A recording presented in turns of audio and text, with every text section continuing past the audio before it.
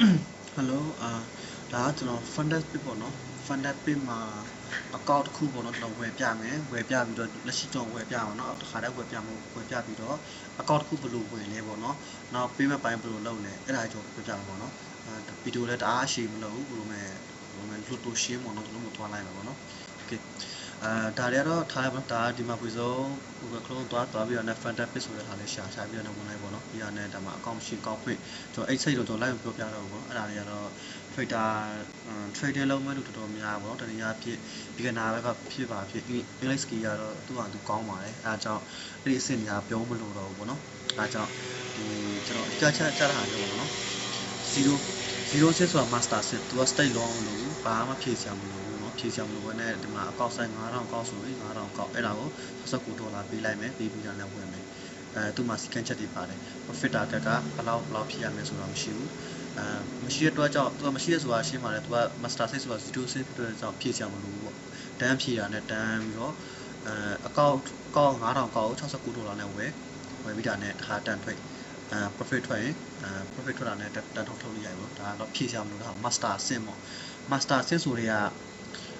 ကျွန်တော် beginner တွေအခုမှစပြီးတော့ trading fund ဖြစ်လို့မပါဘူးပေါ့နော်ဒါကျွန်တော်ပွင့်လင်းပြောတာကျွန်တော်လည်းအဲ့ဒီဆင့်ကျွန်တော်လောမဟုတ်ပဲမကြောက်ကျွန်တော်အခုမှtrader လိုက်တဲ့ကိုစပြီးတော့နည်းနည်းလေး profit တစ်ပတ်ဖြစ်ပြီးတော့မှfund ဖြည့်တယ်ပေါ့နော် fund ဖြည့်တော့မယ်အောင်ထားတဲ့အဲ့ဘောကျွန်တော်ဖြည့်နေတယ်ပေါ့နော်အဲကြောင့်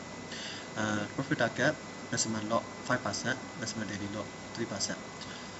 maximum daily maximum trading day 770ဒါကြတော့တော်တူပါဘူးเนาะဒါက level 150ပေးတာလေဒီတစ်ချက်ကိုreward ဆိုတာ score ပေါ့နော်အဲ့ကောင်ကဘာပြောတာလဲဆိုတော့ तू ကဟိုပါလင်းလန်တွေက brother ထွေးလို့ဒေါ်လာ100မြတ်တယ်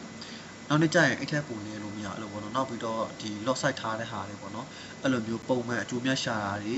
နောက်ပြီးတော့ဟိုပါကိုထွေးတဲ့ပေါ့နော်ဟိုပါမလို့ဟိုပါပေါ့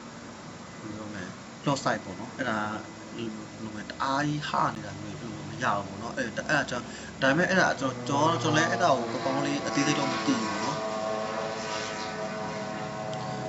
အဲ့အကြောင်းဒီ rule တစ်ခုကတော်လေးကျွန်တော်တို့ beginner တွေအတွက်အဆင်မပြေဘူးသူကမလို့နည်းနည်းလေးအဆင်မပြေဘူးပေါ့နော်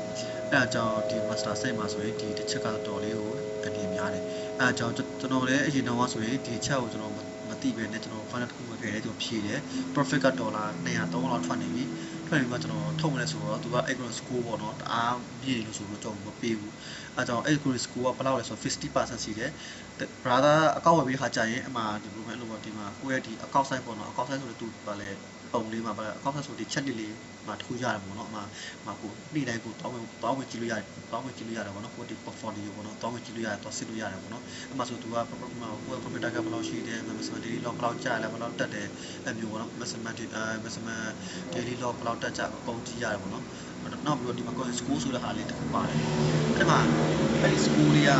15ထပ်15အောက်မှာရှိနေမှာ15ကျော်ပါဆိုတာနဲ့ data ပြောထုတ်လို့မရဘူးအဲ့ဒီပေါ့ coin score တွေလို့က15ကျော်ဆို15ဘယ်လိုလဲ15အောက်ပေါ့နော်ပြန်ပြီးတော့ကြာအောင်လို့ပြန်ထွက်ရတယ်အဲ့ကြောင့်အားလုံးရှုပ်တယ်ပေါ့နော်အားကြောင့်ဒီ master set ကိုကျွန်တော်တို့မထွက်ဘူးဒါတော့ထွက်ရဆိုရင်လည်းအဲ့ဒီ coin score အကြောင်းကိုရဲ့ trading ဆရာပေါ့နော်ကို trading ဆရာတွေနဲ့ဘာကိုတကယ်တဲ့ကိုတည်ရလူတွေနဲ့တခြား coin score အကြောင်းဂျာနားလည်းအောင်လုပ်ပြီးမှဒီ master ကောက်ဝင်ပေါ့နော်ကျွန်တော်တော့မထွက်ပါဘူးဘယ်လဲဝင်တော့step 1တော့ရှိနေ step 1ကဘာလဲဆိုတော့step 1ဆိုတာတော့ဒီမှာပြီးဆုံး software တစ်ခါဖြည့်ရမယ် student တစ်ခါဖြည့်ရဖြည့်လို့အောင်ရင်ဒီမှာ master ဆင့်ဖြည့် master ဆင့်ဆိုတာအောင်ပြီးတာနဲ့တစ်ဆင့်ဖြည့်ရမှာတစ်ဆင့်ဖြည့်ရတဲ့အောင်ပြီးတော့နောက်ထပ်ဖြည့်မဲ့ဟာတွေမှာပုံမှန်နောက်ထပ်ဟိုပေါ့နော်ထွက်တဲ့ရတဲ့အမြတ်တွေဆိုရင်ဒါပတ်စံထုတ်လို့ရပြီပေါ့နော်ဒါတော့တနည်းအားဖြင့် profit target ဆိုတော့$900ပေါ့နော်10%$900ပြည့်တာနဲ့ဒီကောင် password အောင်ပြီ password ဒီအဖြစ် password အောင်ပြီ maximum lot maximum daily lot ဒီနှစ်ခုကနည်းနည်းသတိထားရမယ်တော်တော်များသိကြတာပေါ့နော် maximum lot ဆိုတော့10%10%ပေါ့နော်maximum daily lot က3%တော်တော်များသိကြတယ်ပေါ့နော်ဒါပေမဲ့ဟိုချို့လေမသိတာနှစ်ခုရှိတယ် maximum daily lot 3%ဆိုတာကတေးတာမှာက3%ရှိတယ်ကိုကောက်ဆိုင်3%ပေါ့နော်3%အဲ့ 3% အောက်ထိကျမယ်ဆိုရင်လည်းအဲ့ဒီကောက် fail တယ်10%မဟုတ်ဘူးနော် maximum loss 10% ဆို maximum loss 10% ဆိုတာ brother ကွာတရက်ကို 1% 0.5% အဲ့လိုလေးရှုံးလာရင်လည်းမှ10%ပြည့်သွားပြီဟေးဆိုတာနဲ့အဲ့ကောင်ဖေးတာ10%ဒါဆိုတော့အကောလို့စုပေါင်းလိုက်ကွာ10%ပြည့်ရှုံးတယ်ဒါပေမဲ့တရက်တာမှာဆိုရင်3%အောက်ထိကျလို့မရအောင်အတိချားမယ်နော်အဲ့တခုတေချာဖို့ပြရသိဖို့လိုမယ်ဒါ fund ဖြစ်မယ်လို့ဆိုရင်တော့အောက်က minimum trading day ဒါကတော့ရှင်းပါလေဒါကတော့တိတ်ပါမတူရှိဘူးဒီပြောချင်တာကဒီပြောချင်တာကဟို3ရက်ပေါ့နော်အနည်းဆုံး3ရက်ထွက်ပေးရမယ်ထွက်လို့ကိုကမှတင်းထန်တဲ့ထွက်လို့ပြပါဆိုလဲဘာမှမဖြစ်ဘူးသူတို့ဒါ 0.01 လောလောက်နဲ့ပေါ့နော်3ရက်ပြည့်အောင်ထွက်သွားလိုက်အဲ့ဒါဆိုရင်လည်းသူတို့ဒီဟိုမဲ့လို့အကောင့်စီကတ်ချက်ရပေါ့နော် 0.01 ထွက်လို့ဆိုရင်ဒါ3ရက်ပြည့်ခါကျရင်ဒီကောက်က step 1အောင်ပြီပေါ့နော်အောင်ပြီးတော့3ရက်ပြည့်မှအောင်မှာပေါ့ brother မှာကွာတကယ်ဟိုဒါပေမဲ့ risk and loss management တခြားလေးတွားမယ်ဆိုရင်တော့ဟိုဘယ်လိုမျိုးပေါ့နော်ဟို1ရက်လောက်မှအောင်1ရက်3ရက်လောက်မှအောင်4-5ရက်တစ်ပတ်လောက်မှအောင်ရှိတယ်တော်များတစ်ပတ်လောက်အောင်တော့ပေါ့နော်ဒါတော်လေးဟို trading မှာတော်တော်လေးပေါ့နော် profitable ဖြစ်လူတွေပေါ့နော်ဒါလို့ brother တနည်းအကြောင်းမျိုးကြောင့်ကံကောင်းကျောင်းမျိုးကြောင့်ပေါ့နော်တည့်တဲ့အောင်မယ်ဆိုရင်လည်းဘာမှဖြစ်ဘူး short မရှိဘူးmaster တွေပေါ့နော်တကယ် master တွေပေါ့နော်တည့်တဲ့အောင် short မရှိဘူးဒီမှာသူက0.01နဲ့ပေါ့နော်3ရက်ထိပြန်အဲ့ဒါ0.01နဲ့ဖွင့်သွားတယ်3ရက်ပြည့်တဲ့ခါကျရင်လည်းအောင်တယ်ဘာ short မရှိဘူးအားကြောင့်ဒီ minimum daily trading တရားဘာ short မရှိဘူး essay ချက်လို့ဖြစ်မှာဒါတိတ်ပြီးတော့ခက်တော့ဆရာမလို့ level ratio တက်ပြီးတာတယ်ဒါကတော့ trading လောက်တဲ့လူတွေကသိပါနော်ဒါပြောပြလို့ဒီမှာရှိတယ်ဒါကwebsite ကတော့အင်တာနက်မှာထုတ်ရင်ဘယ်လောက်တစ်ပတ်ခါထုတ်ရင်ဘယ်လောက်နောက်ပြီးတော့ကိုကြိုက်တဲ့ချိန်မှာကိုထုတ်ဘောနော်ဘယ်လောက်ဘောနော်တစ်ခါထုတ်ဘယ်လောက်ဒါပေးတဲ့ဟာဒါပေးအောင်ပိုင်းပေါ့ပေးအောင်ပိုင်းကျတော့နောက်ပိုင်းကိုဘောနော်နောက်ပိုင်းပေးအောင်ပိုင်းပေါ့နော်ဒါပေးအောင်ပိုင်းပေးတဲ့ဟာပေါ့နော်ဒါအင်တာနက်မှာဆိုဘယ်လိုပေးမယ်ဟိုတစ်ပတ်ခါထုတ်ရင်ဘယ်လိုလဲအဲ့ဒါတွေကနောက်ပိုင်းကိုဒီ fund အောင်ဆိုတာနဲ့ဒီကိုရဲ့ဟို fund ပဲဆိုတော့ fund ပဲပေါ့နော် fund ပဲမှာတွားပြီးတော့ disco မှာတွားပြီးတော့အားပြောလို့ရတယ်ငါဘယ်လိုရှိတယ်ဆိုတော့ပြောပြီးတော့ကိုရဲ့ဟိုစီကံကိုထုံးမဲ့ပေါ့နော်အဲလက်ကိုတွားပြီးတိုင်လို့ရတယ်ဒါကကျွန်တော်တိတ်ပြီးတော့ထွေထွေမရှိရတော့ဘူးဒါကြောင့်တိတ်ပြီးတော့အရှိမကြီးတော့ဟောပြောတော့နော်နောက်ပြီးတော့ step 2 နဲ့ step 1ကဘာမှမကွာအောင်စီကံချက်တွေပေါ့နော်ဘာကွာလဲဆိုတော့mismatch law mismatch daily law အဲ့ဒါကွာမယ်နောက်ပြီးတော့ layer break ဒါပဲကွာတယ်သူကဟို step 2ဆိုတာတော့ကွာပြောမယ် step 2ဆိုတာကျတော့ step 1နဲ့ကွာတယ်ဘယ်လိုကွာလဲဆိုတော့သူကနှစ်ခါဖြည့်ရမယ်ကွာနှစ်ခါဖြည့်ရအတွက်ကြောင့်နှစ်ခါလည်းဖြည့်ရမယ်အဲ့တော့သူ့မှာအခွင့်အရေးပုံများတယ် maximum law 10% ပေးတယ် maximum daily law 5% ပေးတယ်ကိုကအခုမှပေါ့နော် fund တက်လဲခါဖြည့်ပြီးသေးဘူးဖြည့်ဘူးသေးဘူးပေါ့နော်အခုမှစဖြည့်နေတဲ့အောင်လုံးသေးတော့ကိုကအောင်ချင်တယ်ဆိုရင်တော့ဒါ step 1 step 2ဖြည့်ကြည့်ပေါ့နော်အခုမှလည်း profit target ကလည်းနေရတယ်ပေါ့နော် profit target နေတယ်နောက်ပြီးတော့နှစ်ခါဖြည့်လို့ရတယ်ပေါ့နှစ်ခါဖြည့်အတွက်ကြောင့်ကိုမှ maximum loss တွေပိုရတယ် maximum daily loss တွေပိုရတယ်ပေါ့နော် 5% ရတယ်နောက်ပြီး maximum trading mini trading တွေကတော့ဒါသိချောမရှိဘူးဒါတက်တူဖြည့်ဟို3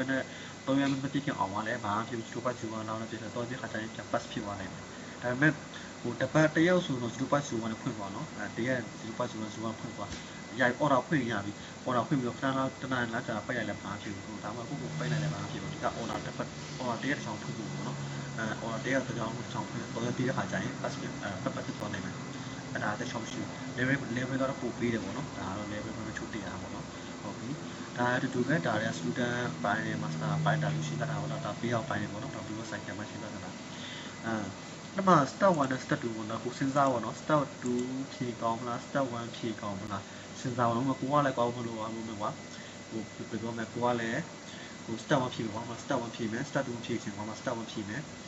နောက်ဆက်စီနော် step 1ဖြည့်မယ်ဆိုရင်ဒီမှာအမောက်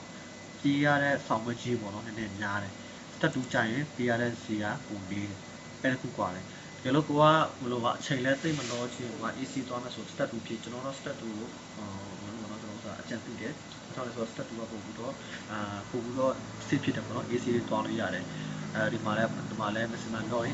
loss တွေလည်းအနိုင်ပေးရတဲ့ကြောင့်တော်တော်လေး safe ဖြစ်ပေါ့နော်။ဒါကတော့ကိုယ့်ရဲ့အကြိုက်နဲ့ကိုတွားပေါ့နော်။ဒါစီတုံးလေးကွာမယ်ရှိတယ်။ Fundapit နဲ့ Fundapit Pro အဲ့ဒါဘာကွာလဲဆိုတော့ Fundapit Pro ဆိုတာတော့ရှင်းပါတယ် Fundapit ဆိုတာဒါ you normally စာရေးပဲ Fundapit Pro ဆိုတာတော့pro ပေါ့နော်တကယ် professional တွေပေါ့နော်တကယ် master အဆင့်ပေါ့နော်ဒါလောက်တဲ့ဟာတွေပေါ့ကျွန်တော်တို့ဒီမှာ တို့မှလည်းဒီတိုင်းပါပဲဒီမှာ fund two step မှာ pro ဖြစ်မှာဆိုရင်ဒီမှာသူကပြောတာတော့ကိုရှိမှာတော့ pro ရှိမှာတော့ပါတော့ profit target က block maximum loss block maximum daily loss block big liquidity block day break block လို့ပြောရတယ်နောက်ပြီးတော့သူကဒီမှာ reverse cycle ပေါ့နော်တစ်ပတ်တစ်ခါနဲ့ daily နေ့စဉ်ပေါ့နော်အဲ့ဒါတွေလည်းရှိတယ်ဒီမှာက currency score တွေရှိတယ်နော် currency what is the most statistic ဒါက currency score ရှိတယ်ပေါ့နော်အဲ့ဒါကြောင့်ဒီမှာဒီ pro ကြတော့ဒီ pro ကောင်းတယ်ဒီ0 master ကောင်းတဲ့အတူပဲပေါ့နော်အဲ့ဒါကြောင့်လည်းတိကျတာကိုကဒီ currency score တွေပါတယ်ပေါ့နော်အဲ့သွားပြီးရှုပ်ချင်ကိုကအဲ့ဒါလည်းနားမလဲပေါ့နော်ကိုကအဲ့ဒါမလုပ်ချင်ဘူးဆိုတော့ fund pit ပဲဖြစ်ကျွန်တော် fund pit ကိုပဲ fund pit ယူဆိုတော့ပဲဖြစ်ပေါ့နော်အဲ့ဒါအခုမှ fund sub ဖြစ်ပြီဆိုအဲ့တခုတော့ဆိုတော့ကျွန်တော်ကိုယ်တိုင်ခံခဲ့ရတာပေါ့နော်အဲ့ကြောင့် currency score လေးကတိထားအဲ့ကြောင့်ဒီမှာဆိုလဲ currency score ပါတယ်အဲ့ကြောင့်လည်းတိထားကိုက equal score ပေါ့နော်အဲ့လိုကိုကဟိုလိုပုံမှန်တိုင်းပဲသွားချင်တော့တကယ်ဟိုတနည်းအားဖြင့်ပါဘုံကခွဲတွေ V ရဲ့အကောင့်နဲ့ထွက်လာတယ်ထွက်လာပြီးတော့ဟိုထွက်လာလို့ဥပမာက fund sub ဖြစ်မယ်လို့ဆိုတော့ V အကောင့်နေပြီးတော့ဒီ fund ဖြစ်မယ်လို့ဆိုတော့ဒီ 2 step 2 1 step 2ဆင်ပြီးတယ်0ကောင့်မရွေးနဲ့ fund pit ပုံမရွေးနဲ့အဲ့ဒါဟိုကscore ရှိတယ်ပေါ့နော်အဲ့တော့နည်းနည်းလေး short ရှိတယ်ဒါကြောင့်လို့ကိုကအဲ့ဒီပိုင်းကျွမ်းနေတယ်ဆိုလဲဒါဟိုကို trade ပေါ့နော်ဒါကိုရဲ့ဆိုတဲ့ channel ကိုပေါ့ဟုတ်လား2 step fund pit ကျွန်တော်လုပ်ပြီးမယ်ဒါကတော့ရှင်းပါတယ်9000 1000 2000ခွဲ9000ဒါတိတ်ပေါ့နော်ဒါကိုကြိုက်တဲ့ amount လိုက်ကိုဖြည့်တဲ့ amount လိုက်ဒီမှာအောက်မှာပေးရတော့မှကြီးရကွာလိုက်မယ်ဟုတ်နော်ဒါတော့ရှင်းတယ်နော်အဲ့ဒါလေးကျွန်တော်အဲ့ဒါရှင်းမှပြီဆိုတော့ကျွန်တော်အခုဒါကိုရှင်းမှပြီဆိုတော့ကျွန်တော်အခုတစ်ခါတည်းကျွန်တော်ကတော့1000တာအကောက်ကျွန်တော်ဝင်မယ်ဟာပေါ်ကြအောင်နော်ဘယ်လိုပြောလို့ရှားဖို့ပြမယ်ဒါကျွန်တော်ကောက်ပေါ့နော်ကျွန်တော်အရင် free ထားတဲ့ကောက်ရပြမယ်ဒါကျွန်တော် free ရတာပေါ့နော်ဒီမှာကျွန်တော် free ရတာအဲ့မှာလည်းရှိတယ်ပေါ့နော်ပြမယ်ဒီမှာဆိုရင်ကျွန်တော် free ရတဲ့ကောက်ပေါ့နော်ဒီမှာကျွန်တော်စကားဗီဒီယိုဖြည့်ပေးပါဆိုရင်အားတော့နေရာလေးတက်သွားတာပေါ့နော်တက်သွားပြီးမှပြန်ကြပါဒါ emotion နဲ့ဒီ operating တွေပေါ့နော်ဒါဒီမျိုးကြောင့်ပေါ့ကျွန်တော် free ရတယ်ပေါ့နော်ဒီမှာရှိတယ်တလားပါလားဒီမှာတော့ maximum loss တလား maximum loss ရှိမယ် maximum daily loss ရှိတယ် profit target ရှိတယ် maximum trading day ရှိတယ်တလားအဲကြောင့်ဒီ trading day တွေပါတယ် pass ဖြစ်ဖို့တော့တလောက်လေးရှုံးမရှိဘူး profit target တွေပါတယ်ဒါပြရတာဟိုဘလောက် profit target ပြဘလောက်ဒါပြပြီးတော့မှ400ဆို400ပေါ့နော်ဒါပြပြီးတော့ pass ပေါ်မှာဆို400ပြအောင်လောက်ရမယ်400ပြတာ pass ဖြစ်မယ်အဲ့လိုမျိုးလေးပေါ့နော်ဒါ maximum တလား maximum daily loss အဲ့မှာသူအချိန်တွေရှိတယ်တလားဒါကတော့ဖြစ်သွားတယ်ပေါ့နော်ဒါကျွန်တော်ဥစားဒါကကျွန်တော် free water ကောက်ဆိုတော့နောက်ကျွန်တော်အခုချက်ချင်းမတော်ထောင်းပဲနော်ချက်ချင်းမတော်ထောင်းထောက်ဝင်မယ်တော်ထောင်းတော့ကောက်တော့ဝင်မယ်ကျွန်တော်ဘယ်လိုဝင်ရောက်ခါပြအောင်ပေါ့နော်ဒါကအပေါ်မှာဒါကိုယ့်ရဲ့အကောက်ပေါ့နော်ဒါကိုယ့်ရဲ့အကောက်ဒါပြတာပေါ့နော်ကိုယ့်ရဲ့အကောက်တော့ပြပေးတာပေါ့ဒါကိုယ့်ရဲ့အကောက်ပြပေးတာဒါပေးနေရပေါ့နော်စာဝဲလက်ပါညာအကုန်လုံးပြပေးတယ်ဟုတ်လားငါကုန်ရှိရပေါ့နော် okay ဒါထားပါဒါတက်ယူကြတော့နောက်မှကျွန်တော်အခုချက်ချင်းတော့တစ်ခုပေါ့နော်ကိုယ်ကိုပြပေးမယ်ဒါကတော့ဒီ fund pit မှာအကောက်ဖွင့်တော့ပေါ့နော်အကောက်ဖွင့်ပြီးတာနဲ့ဟိုဒီမှာအကောက်ဖွင့်ပေါ့အကောက်ဖွင့်ပြီးတာနဲ့အကောက်ဖွင့်တဲ့နေရာမသိကျွန်တော်လာပြီးလို့ရတယ်ပေါ့နော်ကျွန်တော်တယောက်ချင်းစီဖြည့်ပြီးတယ်ပေါ့နော်နောက်ပြီးဒီအကောက်ဖွင့်တာလည်းအားလည်းမခက်ခဲဆိုတော့ကျွန်တော်ရှင်းပြတော့ပေါ့နော်ကျွန်တော်ဒီ fund pit ဘယ်လိုဝယ်လဲပေါ့နော်ကျွန်တော်ရှင်းပြရခုပေါ့နော် fund pit ကနေဟုတ်ပြီ by channel ကိုနိုင်မယ်ပြီးတာနဲ့ခရစ်စမတ်တိုင်းပေါ့နော်ဒါကိုကြိုက်တာကိုပြီးပေါ့နော်1 step 2 step 0ရှိတယ်ပေါ့ master 6ကျွန်တော်တို့2 step ကိုပြီးမယ်ပြီးတော့ fund pit မဖြည့်ဘူး fund pit pro ကဘာကြောင့်လဲဆိုတော့ကိုယ် score ပဲရှိတယ်ကွာကျွန်တော်လည်းဆက်လို့ဖြည့်ဘူးကျွန်တော်ကဥမာကျွန်တော်လည်းဥမာ site ဖြည့်မယ်လို့ဆိုတော့အဲ့ကျွန်တော် break view ပေါ့နော်အဲ့တော့ fund pit သွားမယ် fund pit ပြီးတာနဲ့ဒါက profit target ကကိုက 8% ယူမှာလား 10% ယူမှာလား 8% ဆိုတော့ကွာနည်းနည်းလေးအောင်းလာမြင်တယ်ကွာဟုတ်လား 10% ဆိုတော့လည်းနည်းနည်းလေး 2% ပိုပြီးတော့ဖြည့်ရတယ်အဲ့ကိုရှိတယ်ပေါ့နော်အဲ့ကြောင့်ကိုကြိုက်တယ်လို့ကိုလို့ကျွန်တော်တော့ 8% ကွာ 8% တော့လည်းမြင်အောင်တော့လည်းမြင် profit ထုတ်ရတာမဟုတ်လားအဲ့ကြောင့်ကျွန်တော် 8% ယူမယ်ဒါ profit target ပေါ့နော် trust portion of for profit target ပြီးကျွန်တော်တော့တောင်းပေါ့နော်ရာသာတော့ကိုကြိုက်တဲ့အကောက်ကိုယူပေါ့နော်ဒေါ်လာ9000လားဒေါ်လာ1000လားဒေါ်လာ2000ခွဲလား9000လား3သိန်းလားကိုကြိုက်တဲ့ amount နဲ့ကိုယူပြီးတော့ဖြည့်ပေါ့နော်ဖြည့်နော်ဒါက profit target ဆိုတာကကိုကprofit 8% ပြီး pass 1အောင်ပဲအဲ့လိုအမျိုးပေါ့နော်ဒါကိုကြတဲ့လောက်ကိုလုံးပေါ့နော်ဒါ profit target ကျွန်တော်တော့ 8% ပေါ့နော် 8% profit target နေတော့မလားနည်းနည်းလေးအောင်လာမြင်တာပေါ့ဟုတ်လားဒါကတော့ okay ဒါမှမကောပဲ brother ဒီကောင်လုံးလို့ဒီကောင်လေးအရှုသွားလို့မဆိုရင်တော့ဟိုကပေးရတဲ့ဆောင်မကြီးနေရမယ်ဒါပဲလောက်ထိဟို channel တွေတော့ထိခိုက်တာမျိုးမရှိဘူးပေါ့နော်ဒါတစ်ခါကြောတစ်ခါဖြီးသွားတာပေါ့နော်ဟိုရှယ် profit target ရောလိုက်ရင်ပေါ့နော်ဟို secret ချက်တွေဖြစ်မလားဟိုမှာဒီကောင်ပေးရပိုင်းဖြစ်သွားမှာပြဘာမှမဆိုင်ဘူးပေါ့နော် profit target နဲ့လုံးဝမဆိုင်ဘူးအဲ့ဒါဒါဆောင်ဝဲကိုနော်ကိုက 8% ပြည့်အောင်ပါလား 10% ပြည့် price ဖြစ်နေတာဒါကိုယ့်ရဲ့ဆန္ဒလိုက်ကိုယူရရတယ်ကျွန်တော်တော့ 8% ပြည့်မယ်ပေါ့နော်ဒါတော့အကုန်လုံးဒါနော်2 part ဒါ 2 step fund pit pro view fund pit ပဲယူရဲ normal ပဲယူရဲနောက်ပြီးတော့ကျွန်တော်ကဒီမှာ 8% ကိုယူရဲဒီတာနဲ့တော့ပေါင်းကောက် okay ဒီမှာဟောက်ပြီးလာပြီ trading platform track your performance trading platform ဆိုတာ MetaTrader 5 MT5 MetaTrader C Trader C Trader ကတော့တော်များသုံးတဲ့လူရှိတယ်ကျွန်တော်တော့မသုံးဘူးပေါ့နော်ဒီကောင်သုံးမဆိုတော့$20 plus ဆိုတာတော့ပို့ပေးရမှာပေါ့နော်ကိုကြဆောင်မကြီးရဲ့20ကိုပို့ပေးရမှာဒီ C Trader ကို Trader ကိုသုံးတဲ့အတွက်ကြောင့်ပေါ့ပို့ပေးရမှာကျွန်တော်တော့ MetaTrader 5ပဲသုံးတယ်အဲ့တော့5ပဲသုံးပါတော့ MetaTrader 5တော့ပေါင်းကောက် 8% 2 step fund pit ဖြစ်ကုန်တယ်ဘောလုံးစစ်ပြီးတယ်ပေါ့နော်โอเคဒါကဒီမှာကိုပြန်ကြည့်ရတယ်ပေါ့နော်ဒီမှာကိုရဲ့ဒါ daily ပေါ့နော်ဒါကြည့်ရတော့ကိုနာမည်ဖြည့်ပေါ့နော်ဒါကိုရဲ့ဒါနေရာလေးစမ်းမှန်းတာကိုဖြည့်ပေါ့နော်ဒါဖြည့်ပေါ့နော်ဖြည့်ပြီးတာနဲ့ဒါကိုပုတ်ဆိုတာတော့ကိုမှာပေါ့နော်ကိုလိုမဲ့တကယ်ကြီးတရားကကိုကောက်ပေးတာပဲဖြစ်မှာကိုကျွန်တော်ဆိုပါကျွန်တော် fund pit ပြီးတဲ့တာတော့ချက်ခဲ့တယ်ဒါချင်းပဲသူကကျွန်တော်ကိုကောက်ပေးတယ်အဲ့ဒီကောင်ပြန်ပြီးတော့ဖြည့်မှာဆိုတော့သူက 10% discount ပေးတယ်အဲ့လိုမျိုးပေါ့နော်ဒါတော့ကိုမှရှိတဲ့မရှိတဲ့ကြောက်မှတော့မရှိဘူးမထည့်ဘူးเนาะမရှိလိုက်ထည့်မဆိုတော့မှနည်း short စီရတာဘူးဒီဘောပါပဲဒါကတော့အောက်မှာတော့ဒီကောင်အမှန်ချစ်ပေးတော့မှာပေါ့ဒီကတော့ဘယ်လိုလဲဒါဘယ်လိုလဲ appraisement ပေါ့เนาะဒါဘယ်လိုလဲ secret ချက်တွေပါညာပေါ့ဒါတွေကတော့သိမရှိကြတော့ဘူးပေါ့เนาะဒီမှာဒါ secret ချက်တွေကတော့မပါတယ်အများကြီးပေါ့เนาะဒီမှာဖတ်ပေါ့เนาะ all information ဒီ government issue ID တို့ပေါ့เนาะနောက်ပြီးတော့ဒီမှာသူက US citizen ဖြစ်ရင်လက်မခံတော့ပါဒါတွေကကျွန်တော်မြန်မာနိုင်ငံသားတွေတော့မဆိုင်ဘူးပေါ့နော်ဒါအားလုံးကိုမဟုတ်အဲ့ဒါလည်းတိတ်ရေးမကြီးပေါ့နော်ဒါထုတ်လိုက်ပြီနော်ဒါပြီးတော့လည်း match ပြီးတာနဲ့continue to payment ပါမယ်โอเคနော်ဒါလေး channel စနေတာအကုန်လုံးဟိုစင်ဒီပိုင်းနော်ဒါဆိုရင်ကျွန်တော်ကအခုဒီ payment ပိုင်းကိုထားမယ်โอเคဒီမှာသွားမယ်ဒီမှာ visa cash ရှိ visa ကန်တဲ့ပေါ့နော်ပေးလို့ရတယ် crypto ရှိ crypto ပေးလို့ရတယ် skater ကိုကြိုက်တဲ့ payment နဲ့ကိုပေးပေါက်ဖြစ်မှာကိုပေးလို့ရတာပေါ့နော်ကျွန်တော်က payment ဟာကတော့crypto ပေါ့နော် crypto ကလွယ်တယ်ပေါ့နော်ဆိုတာတော်တော်များလဲ Binance တို့ Bybit တို့ရှိကြတယ်ပေါ့ကြောင့်ပေးရလွယ်တယ်ပေါ့နော်ဒါကြောင့် okay ဒီမှာလာပြီးကြီးတယ်ဒါကလုံးဝအရေးကြီးတယ်နော်တော်များကဒီမှာလေရတယ်။ဘာကြောင့်လဲဆိုဒီမှာ coin တွေနိုင်ရှိတယ်။ဟုတ်ပြီနော်ဒီမှာတုံ DXR တို့ဒီမှာရှိတယ်နိုင်တူလား။ Bitcoin ရှိတယ် Ethereum ရှိတယ်လား။အဲ့မှာကိုကဒီကောင်ဆိုတော့ Ethereum ဆိုတာက Ethereum wallet ကနေပြီးတော့လွှဲတာမတူဘူးနော် Ethereum wallet ကလွှဲတာကျွန်တော်တို့ Binance ကတော့လွှဲလို့မရဘူး။မှားမယ်ပေါ့နော်။ဒါလို့လွှဲလို့ရဆိုကျွန်တော်တို့အဲ့လောက်တော့မသိဘူးပေါ့နော်။ဒါကျွန်တော်တော့အရှင်းဆုံးပုံစံရှင်းပြတာ။ဒါ Lunas coin ဒါ Litecoin ပေါ့နော် Litecoin ဆိုလဲ Litecoin ဒီ wallet ကနေလွှဲတာပေါ့နော်ဒီ Binance 2 Binance ကိုသွားလွှဲမှာဆိုရင်တော့ကို့မှာဒီ wallet ရှိဆိုတော့လွှဲပေါ့နော်ဒါပေမဲ့အဲ့ဒါတအားရှုပ်တယ်လို့မလုံးနဲ့ကိုပဲ Binance ကိုရဲ့ပေါ့နော် Binance Bybit ကောက်ထဲမှာ USDT ရှိတယ်ဆိုရင် USDT ကိုရှာ okay ကျွန်တော်ဘာလဲဒါ USDC coin တွေပိုင်းလက်ဆုံးရှာရင်ဒါတွေကရှုပ်တယ်ဒီတိကျနေဆိုရင်ကျွန်တော်ပြန်လာပြရအောင်တော့အဲ့ဒါရှုပ်တယ်အနည်းဆုံးနဲ့လုံးဝ safe ဖြစ်ဆုံးပေါ့နော်အဲ့ဒါကUSDT အဲ့ကွာပြီးမှာပေါ့နော် okay USDT ကတောင်းရှာနော်တောင်းရှာ USDT ကိုမှ USDT ကိုတောင်း USDT ကိုပဲနိုင်ပါ okay ပြီးတာလာပြီးကိုကြိုက်တဲ့ဟို network နဲ့ကိုပြောလို့ရတယ်ဟို USDT Ethereum network နဲ့ပြောမှာလားတုံပေါ့နော် ERC20 နဲ့ပြောမှာလားERC နဲ့ပြောမှာလားကိုကြိုက်တဲ့ဟာကိုပြောလို့ရတယ်ဟုတ်ပြီနော်ဒီမှာတော့ကိုက Ethereum တော့ပြောဆိုလဲမှာပြောဆိုလဲမှာတော့ဘောင်းမပြရတူလာမှာဆိုပါလဲ$66လောက်90အများပြရတယ်ဟိုဆွတ်ခနေတယ်ပေါ့နော်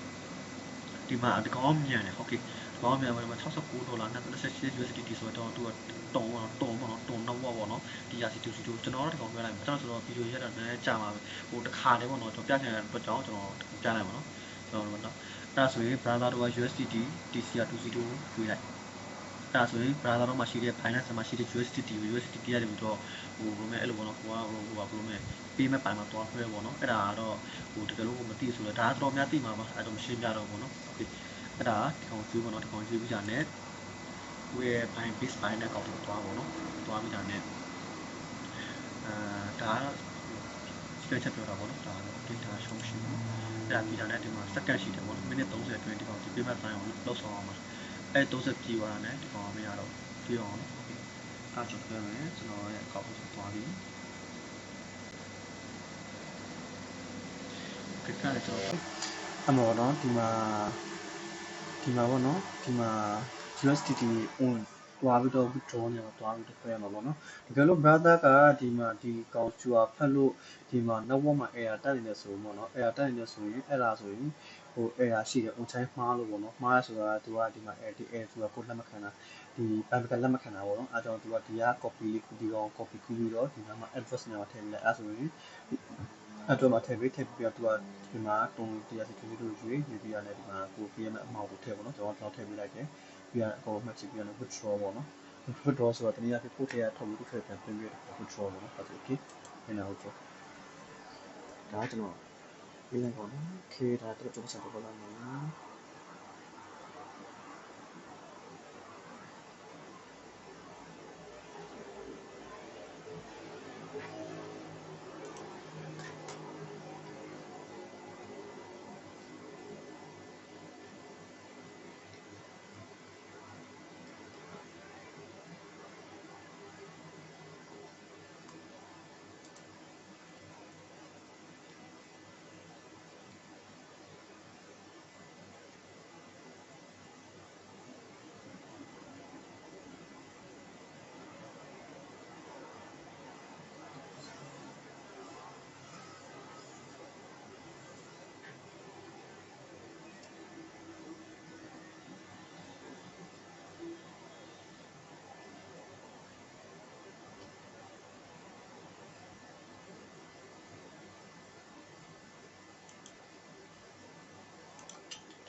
ထောင်းစားတော့ကျွန်တော်အချိန်ပြည့်သွားပြီပေါ့နော်အဲ့ဒီတော့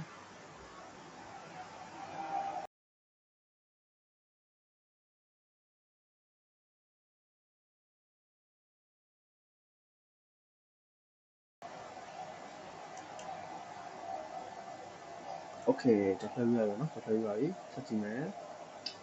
okay နောက်ဆုံးမယ်နော်တက်ပြရရဆက်နောက်ဆုံးမယ်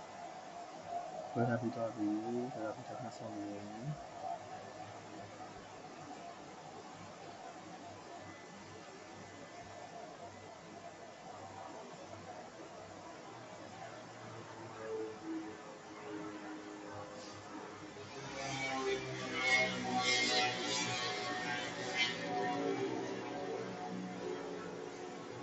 ဝယ်ထားတယ်ဆက်ဆောင်ပါနော်ဒီကမျိုးစောင့်တမင်တော့စောင့်အောင်နော်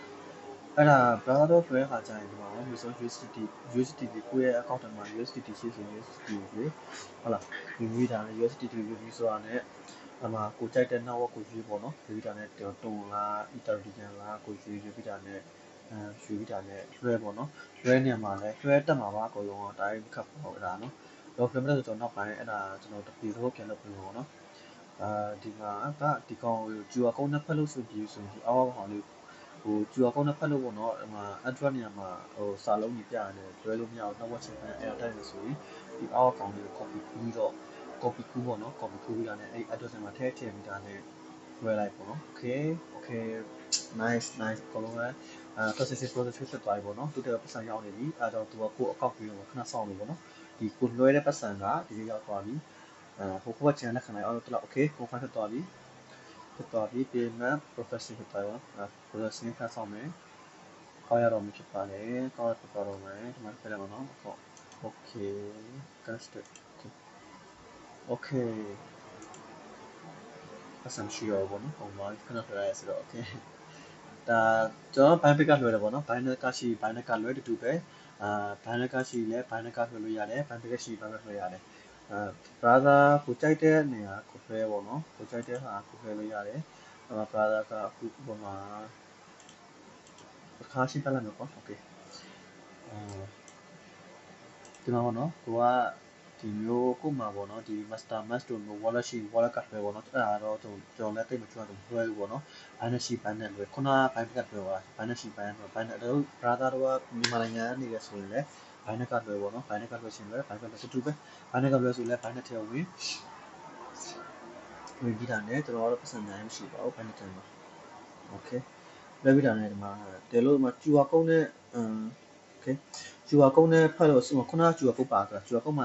screen ဖတ်နေဆိုတော့ screen ဖတ်ပေါ့နော် screen ဖတ်လို့ screen view ဆိုရင်လည်း withdraw နေအောင်တော့ asset ကိုလည်းပြန်နေ withdraw transfer ဆို transfer ပေါ့အမကိုဒါ sorry မှာပါတယ်ဒီမှာပေါ့နော်ဒီမှာပေါ့ပြတာပြီကျွန်တော်လည်း Binance ကမတုံးတော့ကြတော့Binance ကမတုံးတော့ကြတော့ပြကုန်လဲဆိုokay မအချင်း withdraw မှန်လား brother ကဒီမှာပေါ့နော်ဒီမှာ address ညာမှာကိုက QR code ခုနရှိမှာလားခုနက H2R code ဖတ်လို့ဒီမှာကစာလုံးကဟောလို့ပေါ့ error မရှိဆိုရင်လည်းဖတ်ဖို့ရတယ်ဒါမှ brother မှာ symbol ဆိုလည်းsymbol ဆိုခုနဟာဒီအောက်ကျော်ပြောတဲ့ဟာလေးလေအောက်ကျော်ပြောတာအောက်မှာတစ်ခုရှိတယ်အဲ့ copy ကိုပြီးတော့ချတော့ဟိုအမှပေါ့နော်အမှအဲ့ဒီဗာလဲ long press to s မှာအမှလေးဟိုဖြည့်ပြီးတာနဲ့ဟို address မှာဖြည့်ပြီးဒီမှာ network ယူပေါ့နော် network ကိုကျတဲ့ network ကိုယူဒီမှာ TRC 2ဆိုဒီမှာ TRC 3 0အဲ့တော့ယူပြီးတာနဲ့ play ပေါ့နော်ဒီမှာ missing ဆိုတော့ကိုလွှဲမဲ့ဟိုမှာနာကိုလွှဲတဲ့နေရာမှာအဲ့မှာ तू ကပြရတာပေါ့ပြတာနည်းနည်းလေးပို့လွှဲပြီး10 15တော့အဲ့လောက်ပို့လွှဲပေါ့နော်အဲ့ဒါဆိုနည်းနည်းလေးဟိုထပ်ဆက်တော့ပို့တော့အောင်မြင်အောင်လို့ပေါ့နော်အဲ့နည်းနည်းပါလိုနေ तू အဲ့လိုပေါ့နည်းနည်းဟို error ဖြစ်တတ်တယ်ပေါ့နော်အဲ့ဒါကြောင့်တီးထားပါနည်းနည်းလေး10ပြားလောက်ပေါ့နော်ပို့လွှဲပေါ့နော်အဲ့မှာခါဒီပြပါလေဟိုမှာတေချာစစ်ပေါ့နော်โอเคဒါပဲတူပါပဲတူပဲအဲ့ဒါကြောင့်ဒီပဲဘိုင်းမိလိုက်တာနော်ဘိုင်းမိလိုက်တာနော်ကွန်ပျူတာနဲ့ဒီမှာဘိုင်းတော့ဘိုင်းတော့ကြတော့အဲ့ဒါတည်ပါဘယ်မှာဆိုရင်မှာဂျူအခုတ်ဖတ်ခြင်းဂျူအခုတ်ဖတ်လို့ဒါဘိုင်းပေးရေးတူတူပေါ့နော်ဘယ်လို browser withdraw နေနော် withdraw ဆိုတော့မှာ deposit ဆိုတာဖြည့်တာအဲ့ဒါပြီးပါတယ်အဲ့ဒါလေးလောက်လိုက်ပြီးတာ withdraw နေပြီးတာနဲ့ကိုဒါကျွန်တော်ပတ်စံရှိတော့ပေါ့နော် USD ရှိခုနတိုင်းပေါ့နော်မရှိ USD ရှိ USD လေးမှာတွဲထည့်ပေးလိုက်ပေါ့ဟုတ် okay ဒါထားပါဒါလည်းပြီးသွားထားပါနော်ဒါလည်းထားလိုက်မယ်ဒါသိရှိတော့ okay ပြီးပြီဆိုတော့တော့ okay what time to show okay ဒါကြည့်ကြကျွန်တော်တို့ဝယ်ကျွန်တော် funnel ကောက်တော့ဝင်လာပါဘောနော်ကျွန်တော်ရဲ့ကျွန်တော်ဝယ်ထားတဲ့new ပေါ့ new funnel တော့ကောင်းတာကောင်းရဖြစ်တော့ကြည့်ပါဘောနော်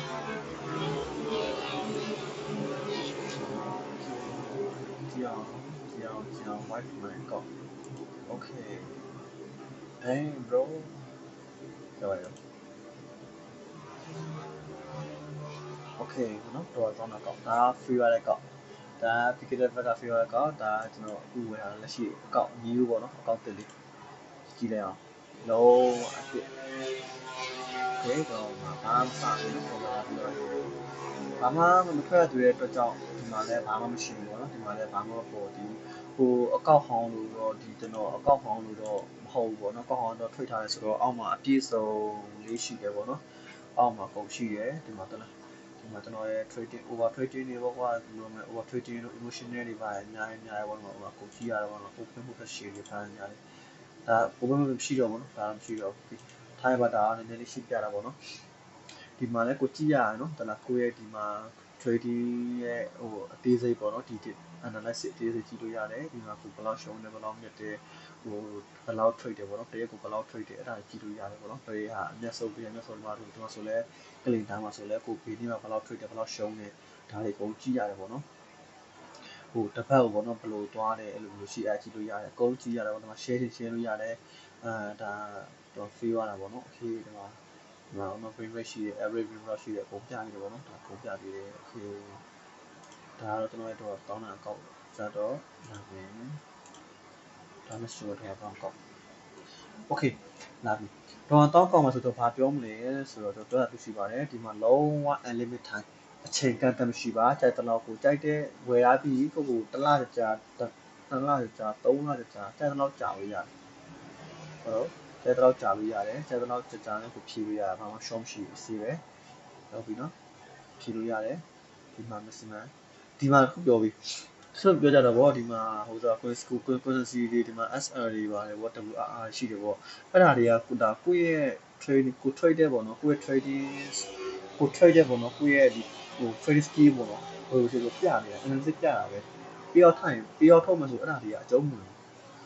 ဒီအကောက်ပေါ့နော်ဒီကောက် fail မဲ့အပိုင်းဒီမှာလာပြီဒီကောက်အကျုံးဝင်တာပေါ့နော်ဒီမှာ national daily national trading day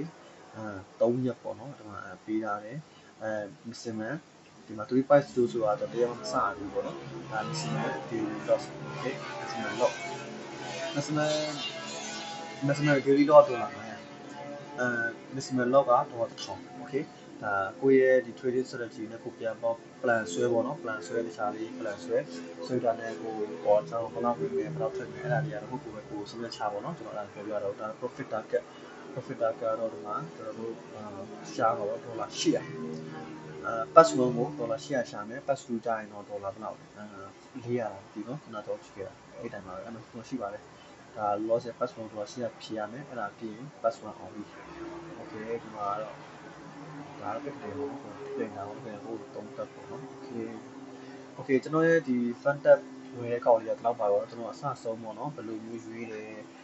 နောက်စစ်ဟိုဘယ်လိုမျိုးရွေးတယ်ပေါ့နော်ဘယ်လိုမျိုးရွေးတယ်ပြီးဘယ်လိုမျိုးဝယ်တယ်ပြီးမဲ့ပိုင်းတွေဘယ်လိုပြီးကျွန်တော်ရှင်းပြသွားပြီးတယ်ပေါ့နော်တနည်းအားဖြင့်ကျွန်တော်ကလည်းဒါကျွန်တော်ရဲ့ဒီ first impression video ပထမဆုံးဖြစ်တော့ကြောင်းဒီ website တွေအများကြီးရှိတယ်ဆိုတော့သိပါတယ်စကားပြောတဲ့နေရာတွေရောနောက်ပြီးတော့ကျွန်တော်ရဲ့ဒီဟိုဗီဒီယိုအခုဆိုတော့ဗီဒီယိုရိုက်နေ3-4ခါလောက်ကြာတယ်ပေါ့နော်ရိုက်တယ်လို့ပေါ့ screen record ကြာသွားတာတွေအများကြီးပေါ့နော်ဒါပေမဲ့ကျွန်တော်ကဒီကောင် sharing လုပ်ပေးတဲ့ sharing လုပ်ပေးခြင်းတော့တက်ပေါ့နော်ကျွန်တော်တို့ကလည်း fund ကောက်ဝယ်ခြင်းနဲ့ပေါ့နော်ဘယ်လိုဝယ်ရမလဲအဲ့လိုမျိုးရှင်းပြတာမရှိဘူးကွာနောက်ကျွန်တော် YouTube မှာသွားရှာကြတော့တော်တော်များကဟိုကျွန်တော်တို့ပြောရလို့ကျွန်တော်တို့မျိုးဟိုကနားလေခက်တဲ့လူတွေကွာကျွန်တော်မျိုးပေါ့ကွာကျွန်တော်ဆိုတော့ဟိုလို့ပေါ့နားမလဲဘူးကွာရှင်းပြရလို့မယ်ပြောမဆိုရင်ကျွန်တော်တို့မျိုးဟိုလို့မဲ့ညံ့တဲ့လူတွေပေါ့ကွာအဲ့လိုပြောမဆိုရင်တော့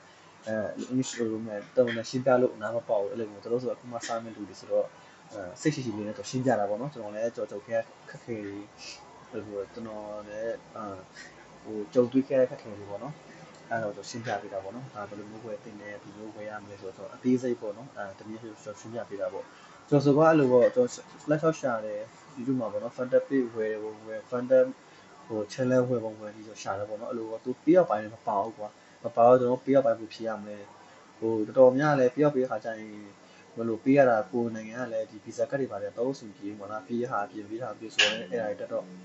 ဒါပေမဲ့ let's draw နိုင်ငံခြားပေါ့နိုင်ငံခြားမှာဆိုတော့ဒါနိုင်ငံတော့ကျွန်တော်အကုန်လုံးစီပြီးမဲ့ဟို crypto နဲ့ပေါ့နော်ဒီ Binance တို့ Pirate တို့ join တော့ရှင်းပြပေးတယ်ပေါ့နော်အဲ့တော့လုံးဝဟိုမြန်မာနိုင်ငံမှာလည်းသုံးရတာဟုတ်အဲ့ကြောင့်ပြောအဲ့ဒါရှင်းပြပေးတယ်အဓိကတော့ fund တစ်ခုပဲ fund တစ်ခုပဲเนาะအဓိကပြောရတဲ့ဟို coin score တွေနောက် payment ပိုင်းတွေပေါ့နော်ဘယ်လိုပေးလဲအဲ့ဒါကြီးပေါ့နော်အဲ့ဒါပါပဲနောက်ပြီးတော့အဓိကသိထားတဲ့ loss တွေ daily loss တွေဒီချက်တွေဒီချက်သိထားအောင်ဒီချက်သိထားမှဆိုတော့ပို့ပြီးတော့ကောင်းတာပေါ့ဒါပဲကျွန်တော်ဟာတော့တိတ်တော်လဲအခုမှကျွန်တော်လဲ trading စကျွန်တော်လဲအခုမှစပြီး fund စဖြည့်တာပေါ့နော်တစ်ခါမှကောက်ရရှိတော့မအောင်သေးပါဘူးအဲဒါကြောင့်ရှင်းပြပေးတာပေါ့ကျွန်တော် market ရဲ့အမှားတွေကျွန်တော် experience တွေပေါ့နော်ကျွန်တော်ရှင်းပြပေးတာပေါ့နော်အဲဒါကြောင့်ဒီဗီဒီယိုလေးကဟိုအကျိုးရှိမယ်ထင်ပါတယ်ကျွန်တော်ကဒီလိုမျိုး sharing တစ်သက်နဲ့လုပ်ပေးတာပေါ့နော်โอเคအားလုံးကျေးဇူးများတင်ပါတယ်ကျွန်တော်ပြောတာမှားပါရှင်းထောက်ပြပေးပါလိုအပ်ချက်ရှိရင်လည်းပြောပြပေးပါနော်ဒါကျွန်တော်ရဲ့အခုမှလက်ရှိဗီဒီယိုစပြီးတင်ပေးတာပေါ့နော်နောက်ပြီးတော့ကျွန်တော် share လုပ်ပေးတာပေါ့နော်ကျွန်တော်သိတဲ့ဟာလေးကို share လုပ်ပေးတာပါမရှိရထောက်ပြပေးပါအောင်ဘယ်လိုကျေးဇူးများတင်ပါတယ်ဗျာโอเค bye bye နောက်ထပ်လည်းကျွန်တော်ပေါ့နော်ဟို really experience ပေါ့နော်ကျွန်တော်အဲ့လို really experience content မဟုတ်ဘူးကျွန်တော် content လည်းပြောမှာမဟုတ်ဘူးကျွန်တော်ဗီဒီယိုကျွန်တော်နောက်ပိုင်းလုပ်မဲ့ဗီဒီယိုတွေကတော့ရှိပါတယ်ဒါပေမဲ့ကျွန်တော်ဘယ်လိုလဲဆိုတော့ကျွန်တော် really experience ကျွန်တော်တကယ်အပြင်မှာပေါ့နော်တကယ်အပြင်မှာလောက်ရမယ့်ဟာတွေပေါ့ content ပုံစံနဲ့ပဲ content တွေဖန်တီးပြီးတော့ပတ်စံရှာမှာလည်းဟုတ်ပါဘူးဒီကတော့ဘယ်လိုလဲအဲ့လိုပေါ့နော်တကယ် really experience ကိုပြန်ပြီး share လုပ်ပါအဲကြောင့်ကျွန်တော်ဗီဒီယိုတွေကအကျိုးရှိမယ်လို့ထင်ပါတယ်โอเคအောင်ကျေးဇူးများတင်ပါတယ်ကျွန်တော်စကားအများကြီးပြောရလဲအမှားအများကြီးပါမှာဆိုလို့โอเคကျေးဇူးများတင်ပါတယ်